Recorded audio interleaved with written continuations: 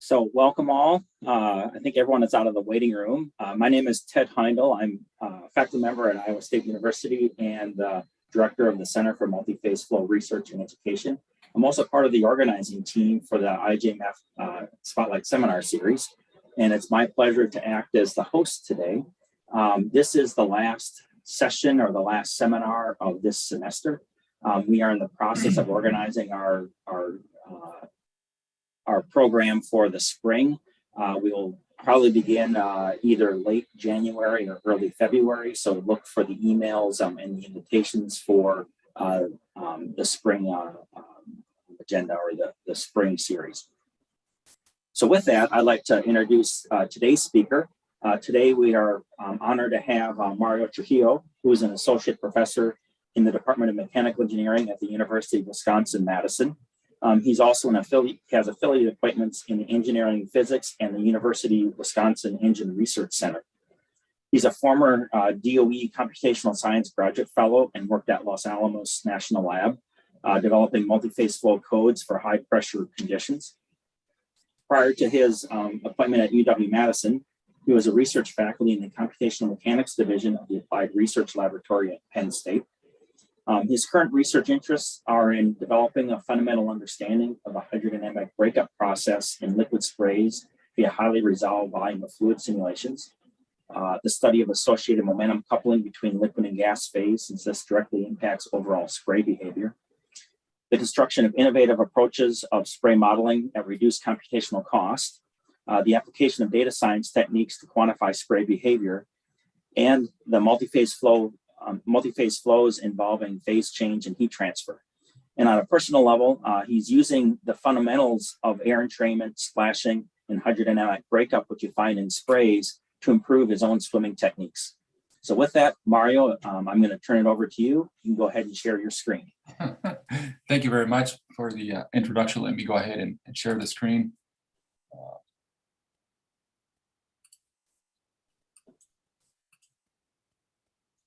You should see my title slide now. Yes. Yeah. Okay. Yep. Everything's fine. Yeah. So go ahead. The floor is yours. All right. Yeah. Thank you. Of course, we haven't done much swimming lately, the last couple of years since the pandemic started, but hopefully at some point we'll return to the pool more regularly. Anyway, I wanted to first to thank the selection committee, Ted Heindel, Alfredo, Shu, Tagagi, as well as Bella Chandler, just for inviting me to give this talk. I'm honored to receive that invitation. And I also wanted to acknowledge here in the title slide, the funding that we received for this type of work from Caterpillar, National Science Foundation, and also from our direct injection engine research consortium at the University of Wisconsin. And computing resources have been provided by Exceed, which is a national resource, as well as through the Center for High Throughput Computing, which is a local resource here at the University of Wisconsin-Madison. So as I get started, I want to first acknowledge the people who have actually run the computations that I'll be presenting, my current and former students. First, if you can see my cursor, this is Mohan Anand. Actually, he's the one that's been very heavily involved with this large-scale modes that I'll be talking about in this talk. Dmitry Turygin is also involved in interface and stability analysis. He started with us last September. And then Arpit, as well as Suraj, they were involved in the early phase of the work, as well as Selmil Gurjar. And then Michael Mason has done some associated computations to support the work. So let's start with some motivation.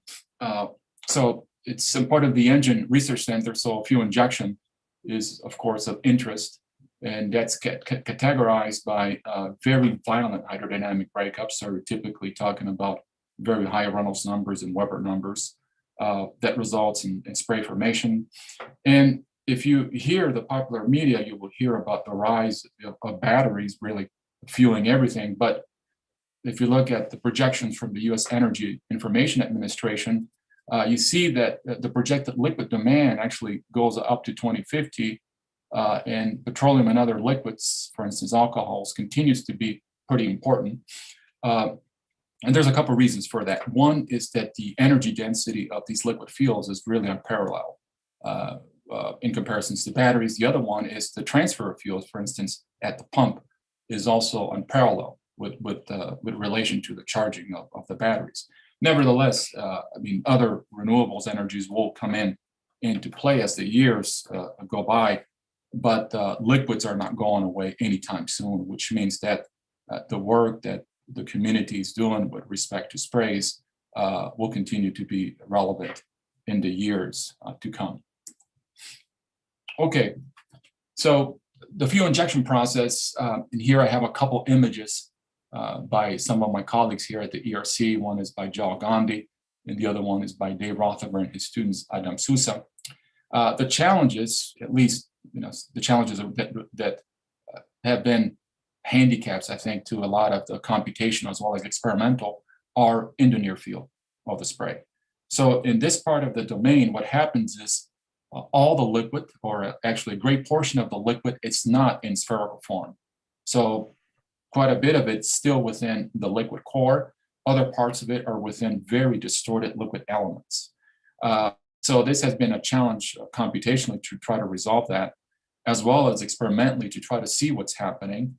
And there's been some quite a bit of advances over the last couple decades, particularly with all the X-ray work that's coming out of argon.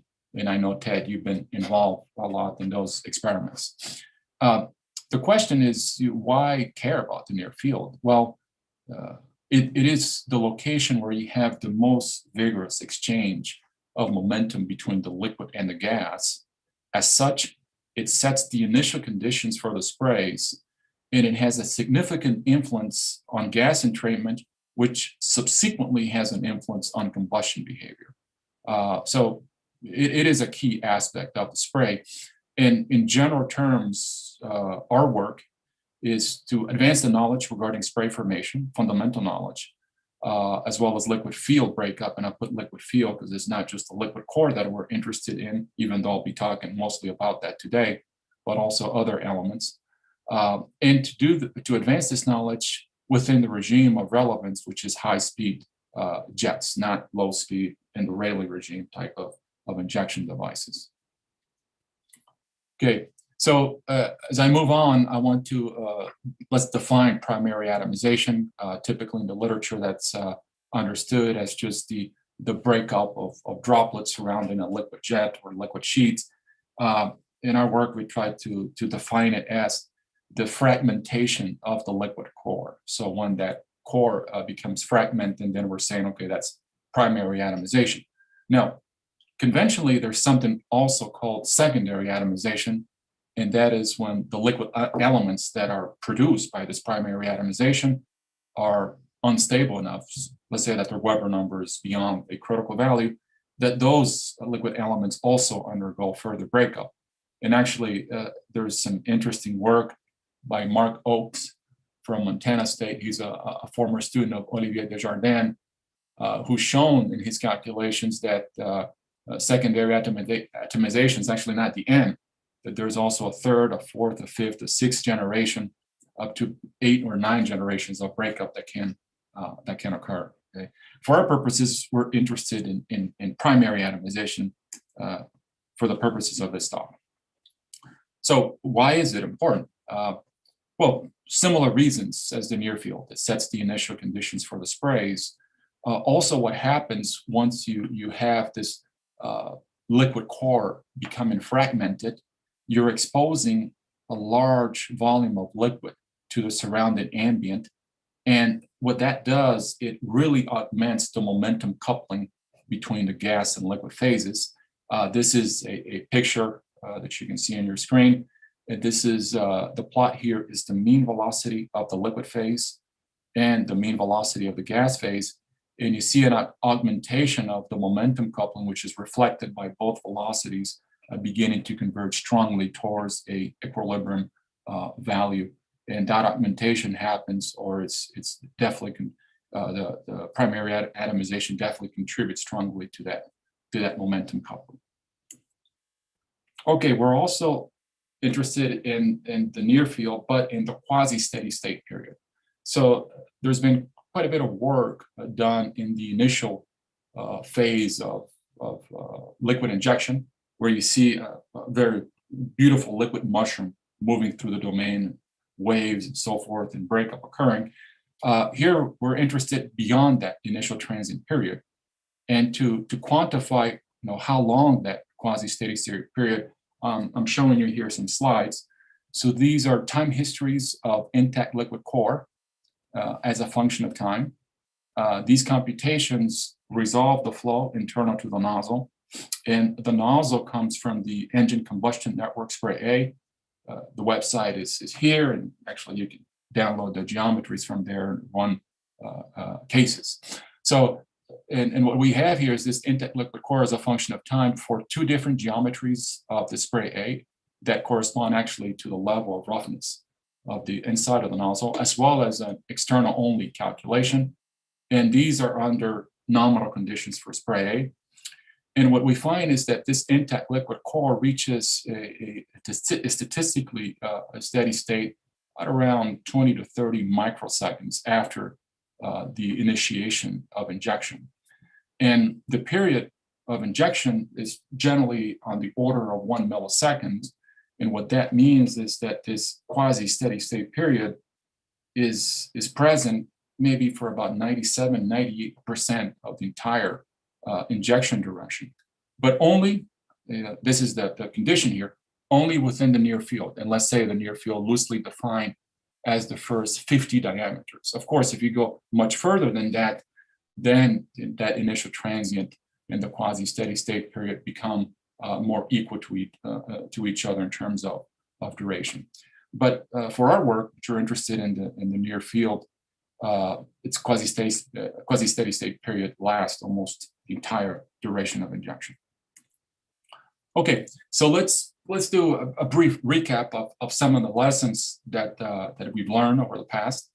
I think the crucial one here is that the most unstable modes are not the ones responsible for fragmenting the liquid jet, or in this case, the liquid sheet. And the plot on your screen shows the wavelength of the most unstable mode normalized by the sheet thickness as a function of density ratio, gas over liquid.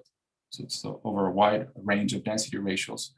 And the predictions come from various sources. So the ones here at the bottom are from linear stability theory, from Senecal et al., from Lee Tenkin, as well as from way back in 1955 by Squire.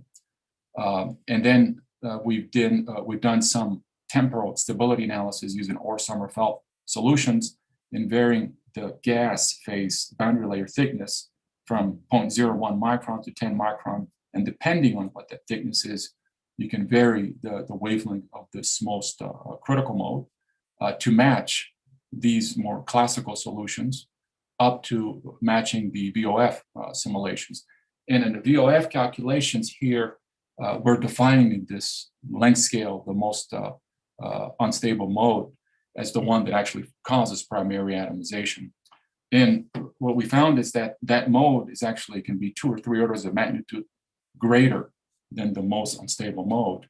So what happens at high-speed injections is that the most violent modes have small scales. So this was known all the way back to 1992 with the worker Reitz and Brockel. And so what happens is you have a surface stripping. The liquid is being stripped from the surface of the jet or of the sheet. And this is talked about in the paper by Marmottan and Villermo. And actually, he references the following work. So here I'm showing you some images from Hoyt and Taylor. And this is J.J. Taylor, not G.I. Taylor, in 1977.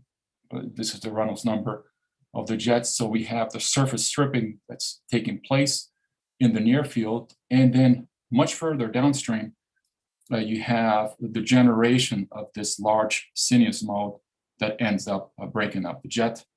To your right, also, we see this creation of the large scale mode that's even more pronounced. This is for a liquid sheet, and this image comes from the work of Tamisola. So the following picture then emerges, and that is, this is a spray A simulation ARPIT, and me, we worked on that a few years ago and presented it at IJMF. And that picture is that you have in the near field, you have the breakup of the most violent modes. No, it's not completely laminar coming out of the nozzles. There's definitely some disturbances that are there, and you have the shredding of that surface. But that's not what actually fragments the liquid core. The liquid core fragments by these larger modes that are manifested further downstream.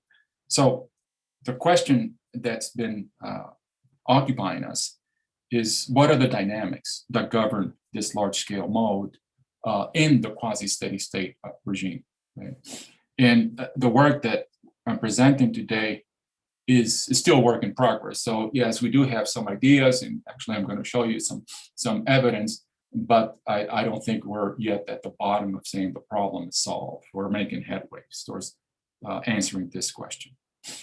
So before I get into that, I want to talk a little bit about the two-phase solvers that we use. So we continue to use Interfoam. We've been using it for a number of years as part of OpenFoam. And being part of OpenFoam makes it easier for us to add stuff. For instance, there's some models that are combining this algebraic VOF with the Lagrangian Eulerian element work. And yes, it does have its weaknesses in comparisons to, we use a gradient augmented level set method some years ago. So in comparison to that, definitely Interfoam does a much poorer job of resolving the interface and of actually capturing some of the dynamics. It needs quite a bit of more resolution to do that, but it is fairly robust. And what happens a lot in sprays is that at some point, particularly high speed conditions, you're going to fall below the level of resolution. Actually, you're going to do it very quickly at diesel engine conditions. And when that happens, what we found for very high accurate solvers is that the symptoms, which are actually much worse than for Interfoam. But anyway, one of the weaknesses of Interfoam that we wanted to address was this computation of curvature. So this has been modified in the present version of the solver that we're using. Doug started that work, and then ARPIT completed it. And it basically consists of two steps. The first step is there is an interface reconstruction. So a piecewise linear interface reconstruction polygons in 3D, lines in 2D, around the interfacial cells. And from these reconstructions, we're able to obtain the sign distance functions for the interfacial cells, and then to solve the Hamiltonian-Jacobi equation away from interfacial cells. Again, I don't think anything of this is new. These sort of techniques are well known. Maybe the only thing is the Hamiltonian-Jacobi equation is only solved for cells that are not interfacial. If you actually solve it within the interfacial cells, it's known in the literature that your interface, there's nothing anchoring the interface. The interface can actually incur an error that's order delta x. So anyway, with that, let me show you a couple tests here. This is a canonical test, 2D circle. These are the predictions from the standard Interfoam. And what they show is that for this Laplace pressure is that it does not converge. And so, yes, we've known that for some time. It's also been published quite a bit. There's a problem with it. Even if you try to smooth the alpha field or the liquid fraction field, you still do not get convergence. Maybe your error drops a little bit, but not much. With the new method, we do get convergence. And it looks like second order convergence, at least for this test. So much better than the standard Interfoam. However, for the cases that we're interested in, it doesn't really make much of a difference. So here is a case for interfacial stability, temporal analysis. We're comparing the three versions of curvature predictions within Interfoam, the standard one, the diffuse, and the phi-base against linear theory. At a Weber number equal to 100, there's virtually no difference. At a smaller Weber number now, which is more surface tension dominated, then you begin to see the phi-base one overperforming the Interfoam, the standard, but not by much. And actually, you have to look pretty hard to see big differences between them.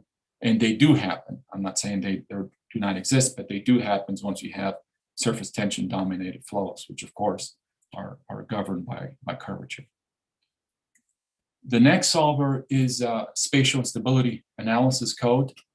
This is mostly the work of Mohan.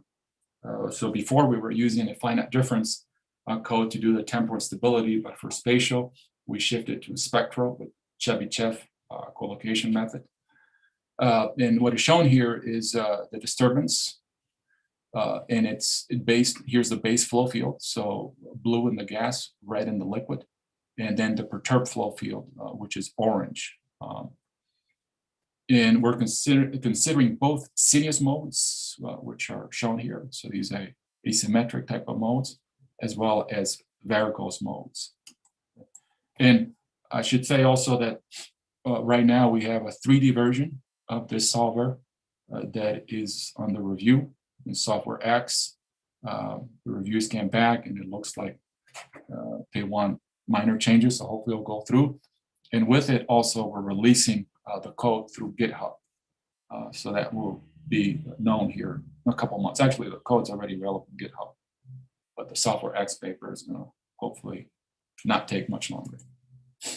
So here is, in one slide, the spatial stability. Here is base velocity, perturbation velocity, total velocity, continuity, momentum, x direction, momentum in the y direction, normal mode representation, substitution of this representation into the governing equations, and then you end up with a generalized eigenvalue, eigenvector problem, and it looks like this for spatial stability. And we use the companion matrix method, which is presented by Bridges and Morris's, and Chebyshev collocation method for the discretization. So in spatial stability, the input is this frequency, omega r, so it's a real quantity, and the output is a wave number, which has both a real and an imaginary component. And it is this imaginary component, if you substitute this into, let's say, one of these expressions, that gives you that spatial growth in the x direction. This is actually a lot of the spatial stability stuff. It's well documented in the literature. Now, something different here. It's on top of that, we have the interfacial constraints that need to be also obeyed. One of them is continuity of horizontal velocity, continuity of vertical velocity, continuity of shear stress. So we're assuming that the surface tension coefficient is not varying along the tangential direction, and then the jump in normal stress balanced by the surface tension force. Okay, so those constraints are built into the solution of the above equations. Okay, so let's go back to the dynamics of the large-scale mode. So we see the presence of large-scale modes in our computations as well as in the pictures that I showed you previously by Hoyt and Taylor. These are computations that are done at increasing speeds, so Reynolds numbers and Weber numbers are increasing, and you can see the large-scale modes being populated there. But what happens at higher speeds is that the population of droplets shifts to the smaller size. So a lot of the liquid core is actually hidden from view because it is enshrouded with this cloud of small droplets. So what we wanted to do at first is take a step back, and rather than start analyzing this problem, let's start with the two-dimensional version of that problem. And we understand that as soon as we go to 2D, then the type of helical modes that we were seeing in 3D are not going to exist in 2D. So it's not the same problem. But the feature that we're interested in capturing, which is small scale surface modes, disrupting the surface, shredding the surface, but not disrupting the intact liquid core, then further downstream, the large sinuous modes disrupting it. That feature is essentially the same between the three-dimensional and the two-dimensional versions of the problem. And we're interested also in conditions that are relevant to fuel injectors that are used in engines. So most of these are in the atomization regime. Also, I should say that with new types of fuels, bio-derived and other type of non-traditional fuels being introduced, sometimes this condition of atomization regime tends to not hold. Some of them actually fall below, but still it's a high-speed injection. So these are the conditions, mostly motivated by the fuels, as well as the size of the sheet is actually, that's after the ECN spray egg nozzles. It's 90 microns. Okay, so you look at previous work that's been done in the field, actually mostly in cold flow configurations.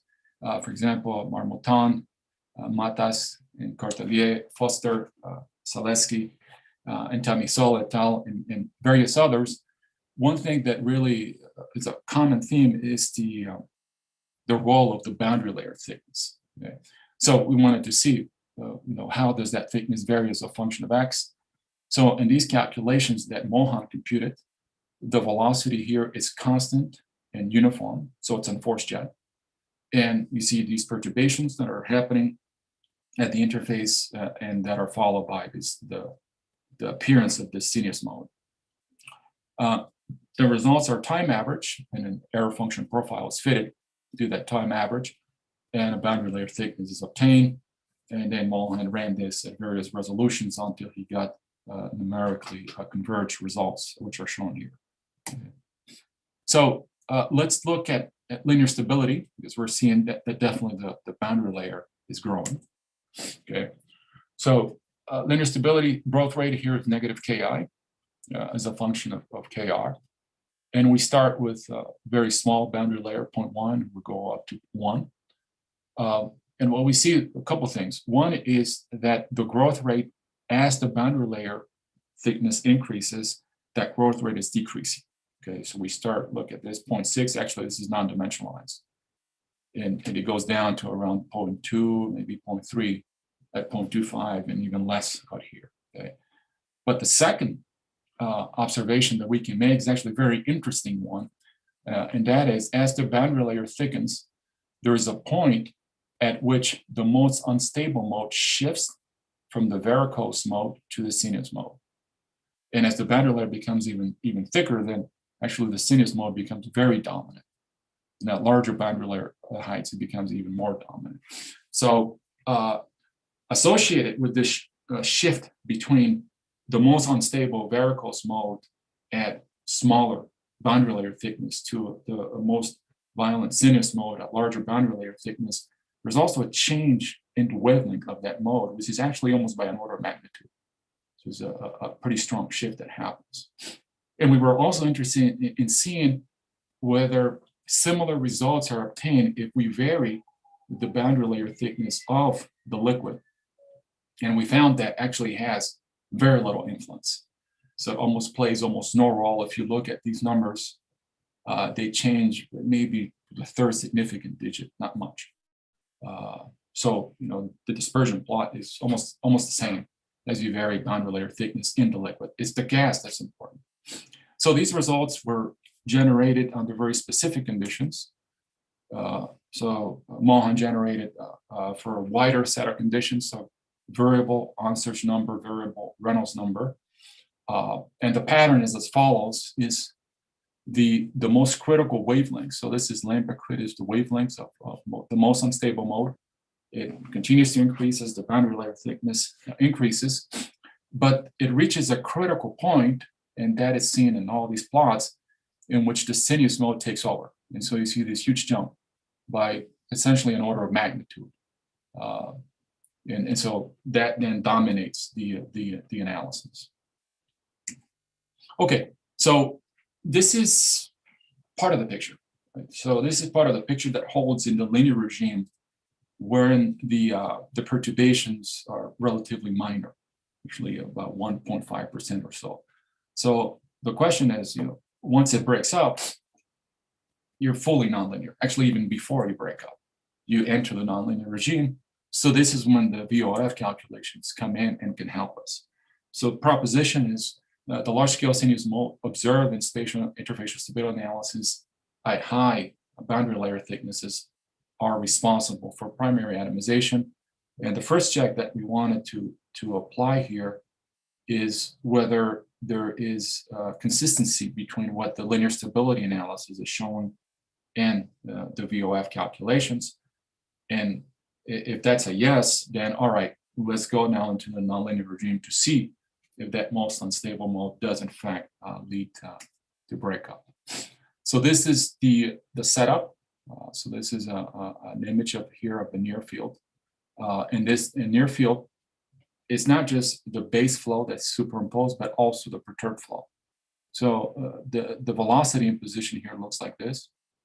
And so you have this perturbed flow, which is this u hat r, and it's a function of time. So it's oscillating. And you have both in the x direction u as well as in the v direction. And we wanted to make sure that not only the base flow, but the perturbed flow was also captured in the computations.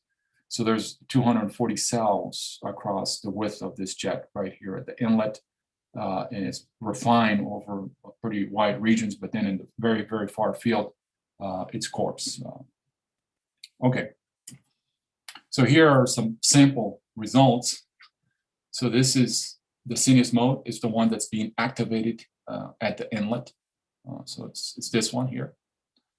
And the growth rate from the VOF is then compared to linear stability theory. And the agreement is actually pretty good. Okay, so growth rate from the theory, 0.30527, from VOF, 0.301. Actually, that's pretty good agreement.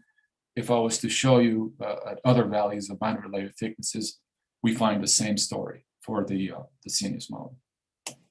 Now for the varicose mode, this is this one that's being perturbed here at the inlet. What we find is that, yeah, the agreement is definitely not as good as the sinus mode. There is some variability in there, but matches reasonably well. Okay. And we see a close-up view of this, and we see that it's already stripping the interface. So the varicose mode, very similar to what was shown in the unforced jet case, is responsible for the stripping of the surface.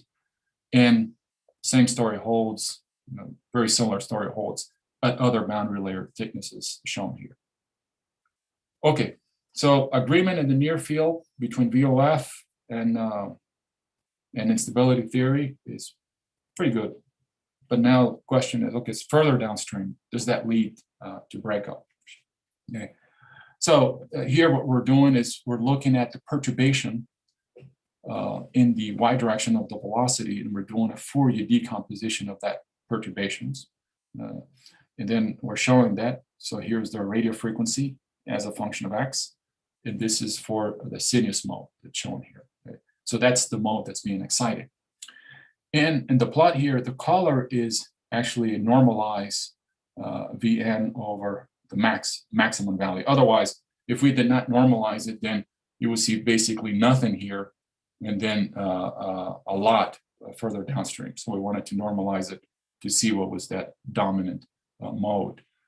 And for the sinus mode, we see that the mode that is dominant in the near field, that's imposed the sinus mode, continues to be dominant. Right here, of course, you go nonlinear, so you activate other modes, but all the way up to about 20H, which is around the breakup region, you see that it continues to dominate. So it is the one that is responsible for the breakup. For the sinus mode, I'm sorry, for the varicose mode, what we find is something very similar to the unforced case. Okay. So in the near field, it is the mode that's imposed that manifests itself, and it should. So there's an agreement there. But this is a blow-up region of this plot. But as soon as you get around 7 or so sheet thicknesses downstream, there's other modes that become activated at a much lower frequency. And then finally, that most dominant imposed mode doesn't really exist. The other ones become more dominant, and those actually are the ones that are the sinus mode that are causing a breakup. Okay, so even when we're imposing modes that are most unstable, the small scale modes, eventually once you go nonlinear, sinus mode becomes activated, and it is the one responsible for breakup. But let's look at the physics, what's causing this. So we perform an energy budget analysis. So we start with the linearized version of the Navier-Stokes, and we dot it with the perturbation flow field U prime. Then we integrate that over the liquid and gas domain. And KE here is the kinetic energy of the perturbed flow velocity. And you end up, after actually quite a bit of math, it's not just a little bit, it's quite a bit, you end up with this relationship here, which shows the rate of the kinetic energy growth of the perturbed flow. And this is actually in a Lagrangian sense, moving with U. And this is a production term, second term here. So it's the production of the kinetic energy. And then there's an interfacial term. So surface tension is there, but not only surface tension, there's also viscous stresses, the working of those viscous stresses at the interface. And we wanted to actually extract it out, but what happens is V prime is continuous at the interface, U prime is not. So that extraction, it doesn't reduce much further than this. And then we also have the rate of working of the stresses on the sides of the domain. So these are the sides right here. And then finally, the viscous dissipation. Okay. And so we looked at this energy budget analysis for both sinus mode as well as the small scale varicose and small scale sinus mode. And here it is. And the contributions, just to make it more easier to digest, are normalized by the total rate of the kinetic energy growth, which corresponds to both the liquid and the gas. So let's look at this. So here's the liquid, here's the gas. Even though the densities are much different, the gas domain is much larger, so they're approximately equal. The dissipation in the liquid phase, actually for all of them, is relatively minor. The dissipation in the gas phase for the large scale modes is also minor, but it is not. So for the small scale, both varicose and small scale sinus modes, that dissipation is not negligible. And I'm using small scale varicose and small scale sinus because if you look at the dispersion curve for larger omega R's, actually they match pretty well. Okay. Then we have the working of the stresses and the liquid sides, and those are pretty minor. Working of the stresses on the gas sides, and we find that the large scale sinus modes actually quite a bit bigger, not only bigger in magnitude, but also opposite in sign with respect to the small scale modes. And then the production of kinetic energy in the liquid is minor. The production of kinetic energy in the gas is actually pretty significant, but it's pretty significant actually for both large scale and small scale modes. So, this picture tells us that what's breaking up these small scale modes, definitely the interfacial stressors contribute to that, are important, but they're not important for the large scale mode. It is actually the working of the viscous stresses on the sides that's important. And to look at that, we took this term out and broke it out into all of its elements and put it here as a function of boundary layer thickness. Okay, and the results show that it's actually the pressure that contributes, the rate of work of the pressure force that contributes to this term. The other terms are negligible by orders of magnitude. Okay, so that basically wraps up our analysis, and that leads into a summary and conclusions for this talk. So here are some summary points. So from spatial stability, we know that beyond a critical value of the boundary layer thickness, there is a shift that happens from small scale varicose mode to the large scale sinus mode. And it happens over a broad range of conditions in the atomization regime. And also that the liquid boundary layer thickness does not play a role there. It's that we haven't examined, maybe in a broader sense, the liquid boundary layer would play a role, but at least for what we've seen, it does not. Beyond the linear regime where spatial stability applies, we find from the VOF calculations that the sinus mode, once it's activated, it's responsible for liquid core fragmentations. And the results suggest that this mode is what characterizes the end state for this high-speed liquid breakup. And to some extent, almost independent of initial conditions. When we haven't tried to get too fancy on the initial conditions, but even if we perturb the sheet at its most unstable small mode, further downstream, the large scale modes will get activated non-linearly, will manifest itself and will break up the sheet. And the rate of pressure work fuels this large scale sinus mode versus the rate of interfacial stress, the surface tension and shear fuels the small scale modes. And then the 3D work, it's currently pending, so we're spending some time on that now. Now, with regards to conclusions, many industry efforts are still purely Lagrangian Eulerian based. So why? Well, sprays, at the end, you're seeing droplets in the Lagrangian Eulerian framework for that tends to be a very natural one, particularly when you have very complicated physics in industrial applications. Very often you have high pressure conditions coupled with energy transfer, vaporization, and you couple vaporization with high pressure. That means that now you have to do a phase equilibrium calculations for each droplet, which is actually far from simple. And the Lagrangian Eulerian framework is very suited to that.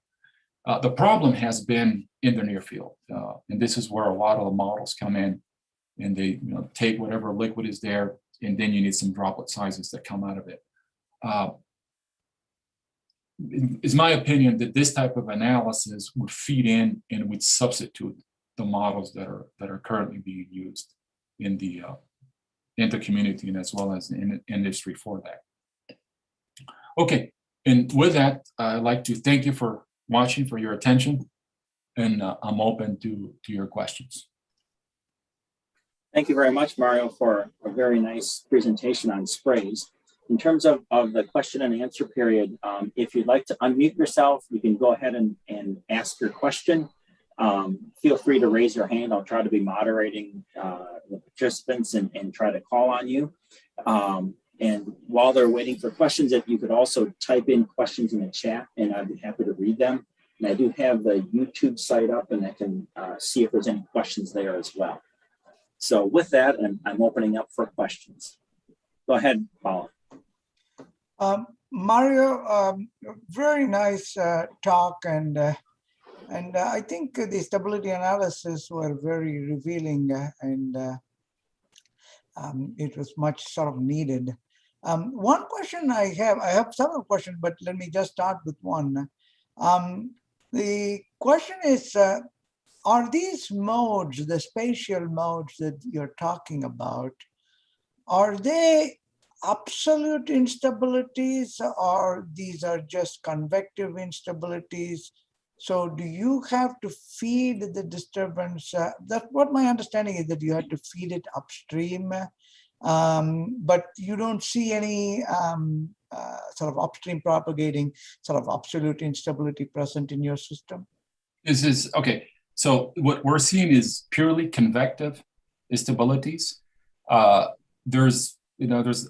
had the same question is, can we look at absolute instability? Of course, that will change the nature of the stability analysis, because now omega, instead of being just a real, has to be both an imaginary and real part to it. And I know there's some work actually that Fuster et al. Published on absolute instabilities in a cold flowing environment. And I think they cite Laguerre for I have to go back to their references for that type of work.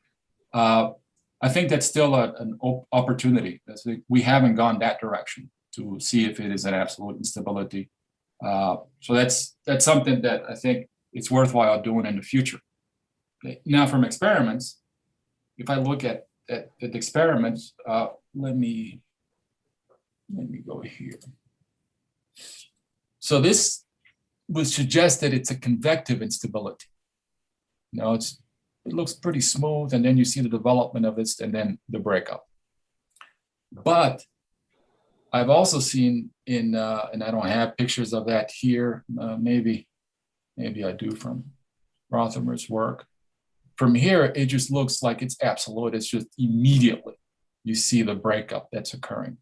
But I'm not sure what's happening there. I'm not sure if this is only driven by hydrodynamic effects or by other things that are happening upstream of the nozzle. So in short, yes, we haven't analyzed the absolute probability, and it's something that's worth doing. Okay, thank you. I will wait for others to ask questions. And if there's a gap, then I will ask one more question. So additional questions. While people are thinking of their questions, I also have one. Oh, go ahead. So I can ask the question. I don't remember, perhaps I just missed it, but in your jet is turbulent, or the initial condition of the exit condition of jet is not turbulent? No, it's not turbulent, but Yeah. there is it's perturbed. You have, yeah, okay. But I was wondering regarding the formation of the small capillary waves on the surface. Because when there is turbulence, normally they are triggered immediately by turbulence, and then their growth rate follows a certain slope, which can actually anticipate what you find or not. Yeah, I mean, if it's turbulent, and so this leads back to some other work that we did actually with this type of geometry here, where the flow was allowed to go through the nozzle and there were some perturbations on it. And we actually looked at the turbulent kinetic energy to the maximum degree that we could resolve. Then what we find is that there's still this phenomena of very small scale waves that strip the surface. But now, you can't really apply linear stability to that, because as soon as you have that turbulence, the nonlinear term has already been excited. So you can't really do it. Actually, there was some work actually in you guys' journal. This is from ARPIT, and this is the flow through it. Let me see here. Yeah, and so this is a measure of how nonlinear it is. So we're looking at the. By the way, I'm presenting this, but I did not even introduce it. So this is the linear term over the weight of the nonlinear term and how strong the nonlinearities are, and we see that internal to the nozzle, it's non-zero. It's 10 to the -2, but it's relatively weak. As soon as you get external, then you see this, very fast growth. Yeah. And about 4 diameters downstream is already at 10%. So you can't really use linear stability beyond that period. So it just makes things messier to analyze. And this is not fully resolved. This is at 2.8 microns, and I'm sure there's features that are even smaller than that will actually contribute to the kinetic energy content of the flow, but still small scale. Yeah, thanks. And another question is about the resolution of the smallest wavelength on the surface of the jet. I mean, your grid are you able to capture the smallest capillary wave that eventually will bring to these big perturbations, or you just don't care because you impose larger perturbations? So it has 240 cells across the jet. Yeah. With an imposed perturbations, and we wanted to capture both the base flow, which is actually captured pretty easily, but the perturb flow it's not. Actually, so the eigenmode corresponding, so it's you have the growth rate, but then you have the eigenmode. The eigenmode is actually quite a bit sharper than the base flow, and let me show you an image of that here. And it gets sharper as the velocity increases. We're trying to capture that as much as possible. For the calculations that I've shown here, there's about 3 to 4 cells that capture the sharpest region of that domain. But I think it's still an open question. I think maybe let's resolve it a little bit more to see if it excites other things. Yeah, the question was actually eventually if you increase the resolution, then perhaps your growth, the growth of the waves can be quicker or not. Yeah, I mean, if you increase the resolution, then you can capture a lot of the smaller stuff. Now, for these computations, we're isolating that mode and we're saying only this one. For the what you're talking about, okay, you have turbulence. you have all sorts of modes in there. Thanks. So Mario, in your cases, all of this is high-speed liquid jet, correct? Yes. So how would it differ if it was a high-speed gas on the outer flow and a low-speed liquid? Okay. Yeah. So that's a very common configuration that's been studied a lot. So there's quite a bit of literature on that versus this case where it's liquid sheath or liquid jet in an extended flow. In terms of instability theories, there's a lot of like the flapping mechanisms and so forth. It's been quite a bit of work. You know, I wouldn't say beginning, but like Villermo, Marmotton, Zaleski has been involved with that, and many other people. And they also see a large-scale sinus mode being activated. But what I don't see in their work is what we find in these conditions where you have the small-scale instabilities developing. You immediately see a large-scale stuff for the cold flow environment. Yeah, then they relate the wavelength of that mode to the boundary layer thickness. So that's what prompted us actually, let's look at boundary layer thickness for our case under our conditions to see what role it plays. And it turns out to play, again, a key role. Other questions from the audience? While we wait for other questions, Mario, there is one of the striking plots was the growth rate jump of the sinuous mode. I mean, it's almost like a step function. So there was one plot, that's slide 24. Yeah. What is causing it? I mean, what could make that so dramatically change from one boundary layer thickness to another, right? Its growth rate is jumping up by nearly 2 orders of magnitude. Yeah, but see, I don't see that it's like a heavy side discontinuous function. Actually, it's there. Let me blow this up. Can you see my screen well, Bala? Yeah. So it's there, but it's minor. We increase the boundary layer thickness a little bit more. It's there, but it's still less than the varicose. Then we increase it just a little bit more. Then all of a sudden, it is greater than this one. So it doesn't just appear instantly. It gradually grows until it overtakes the varicose. And I think that's what we're seeing is that at that critical boundary layer thickness, then it becomes the most dominant mode. Okay. I see that. Okay, that's interesting. Okay. Yeah. Thank you. Yeah, this was when we saw that, we thought this is it, at least for this case. So what do you plot on 24 again? Slide 24. Oh, this is the lambda. Okay, not the growth rate is jumping, it's just that the critical lambda is jumping. Yeah. Okay, I misunderstood the picture. Okay, so it's shifting, mode shifting from one peak to another peak that has just jumped. Okay, got it. That makes a lot of sense. Okay. Mario, I have a question. Yes. Go right ahead. Yeah, it's about the fact that, of course, in many applications, you have also evaporation and heat transfer phenomena linked to the atomization. So when you are thinking to include also heat and mass transfer in this simulation, which are the most complex issues we may meet? Yes. So we have a separate project where we're trying to model vaporization and heat transfer, and just doing an analysis of the length of time that liquid core is exposed. It does not really vaporize. There's just too much liquid and it's gone too fast.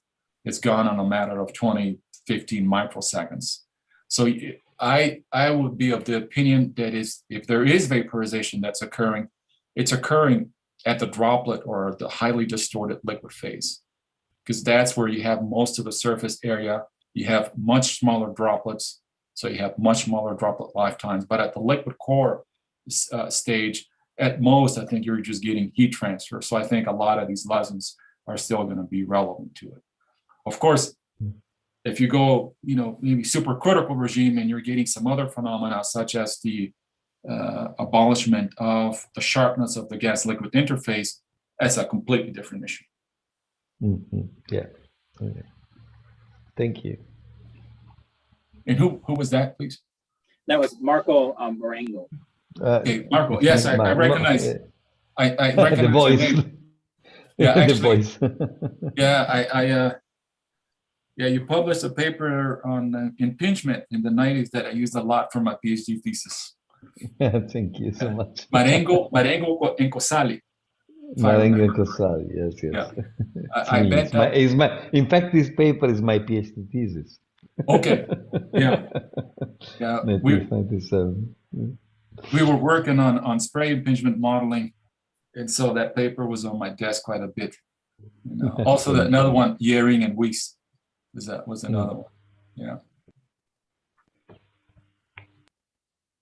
So we have time for maybe one more question.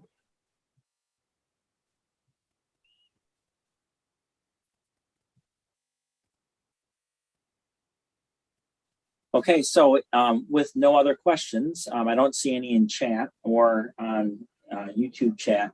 So Mario, I'd like to thank you very much for a very interesting talk. I think this is really excellent work, and there's certainly a lot of areas that you can go to from here. So thank you very much. Thank you. And I'd also like to tell the audience to look forward to our schedule in the spring. Please look to our emails that'll be going out announcing the talks, and sign up so it goes right onto your calendar, and then you can click on the link and you'll be right there when the talks come up. So Bala, Alfredo, do you want to say any last words? Just thanking everybody. Sorry. Bala. I was just about to say I look forward to joining everybody come January or February to the next season. Thank you. Thank you. And I have also to thank you, Ted and Shu, for the nice collaboration and the nice organization of this meeting. Thank you. Thank you. Have a nice Christmas time and see you next year. Bye-bye. Bye. Thank you. Bye all.